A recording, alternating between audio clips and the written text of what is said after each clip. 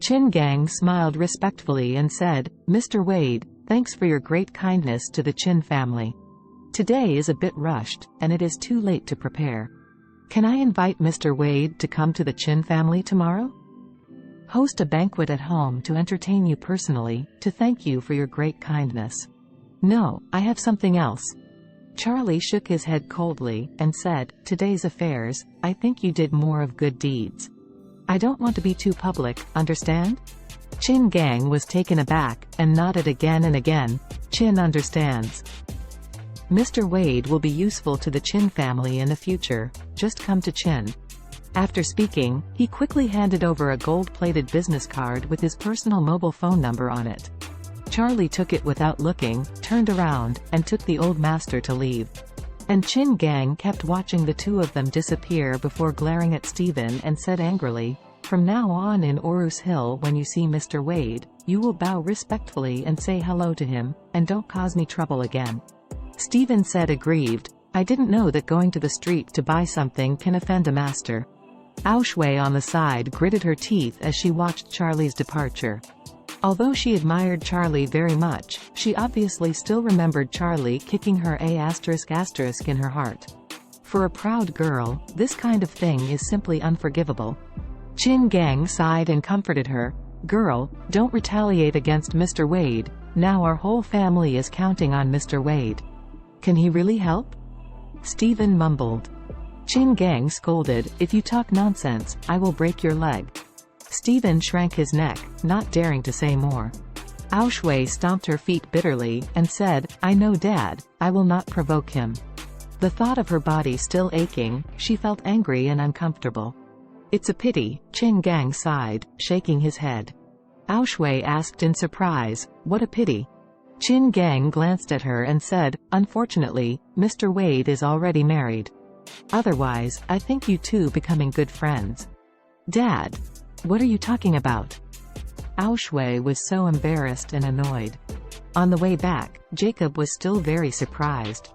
The dignified Chin patriarch is so respectful to his live-in son-in-law.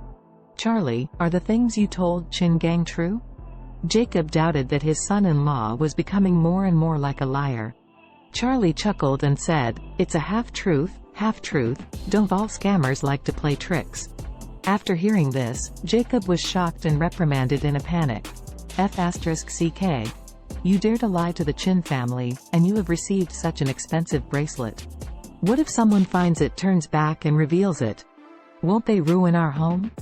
Charlie shook his head and said, "It's not a big deal, you can return the bracelet to them, there is a rule of law, can they still kill me?" Jacob sighed and sighed.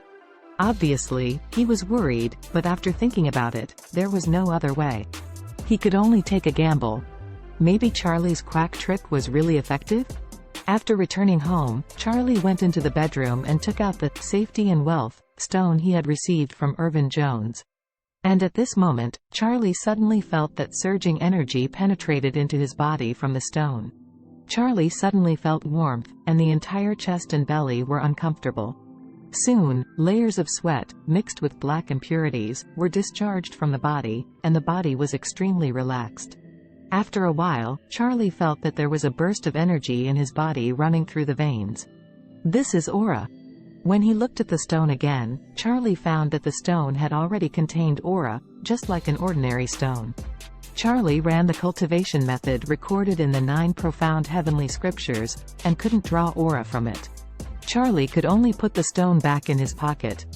Intuitively, he felt that this thing was extraordinary, but since he couldn't study it at this time, he could only wait until his cultivation level was improved. Feeling sticky all over, Charlie hurried to take a bath. When he finished the bath, it was already over 5 in the afternoon. Claire called him. On the phone, Claire told Charlie that she was discussing project details at Emgrand Group. The BMW 760 modified 520 Charlie bought for her happened to be restricted today. She didn't drive and wanted Charlie to drive her 530. The Emgrand Group picked her up. Charlie was naturally obliged to call his wife. So he immediately asked the old man for the car key, went downstairs, and drove to the Emgrand Group. After arriving downstairs, Charlie took out his mobile phone and dialed Claire. Claire did not answer but quickly replied to him on WeChat. Charlie, I'm still in a meeting with the project team. You can wait for me downstairs for a while. Thank you. Okay, then I will wait for you downstairs. After Charlie responded to Claire, he smoked outside the car while waiting. At this time, Doris, the vice chairman of the Emgrand Group, called him and asked, "Mister, have you been to the Emgrand Group?" Charlie asked curiously, "How do you know?" Doris said, "I'm in my office, so I can see your car." Charlie raised his head and glanced, then smiled. "Are you looking for something to do with me?" Doris said, "The young lady is still in meetings, and it may take a while, so I want to ask if you have time. If you have time, I would like to report to you about recent work." Charlie thought for a while. He hasn't taken care of the Emgrand Group's affairs recently, so he can't be ignorant of it for too long, so he said, You wait, I will come up.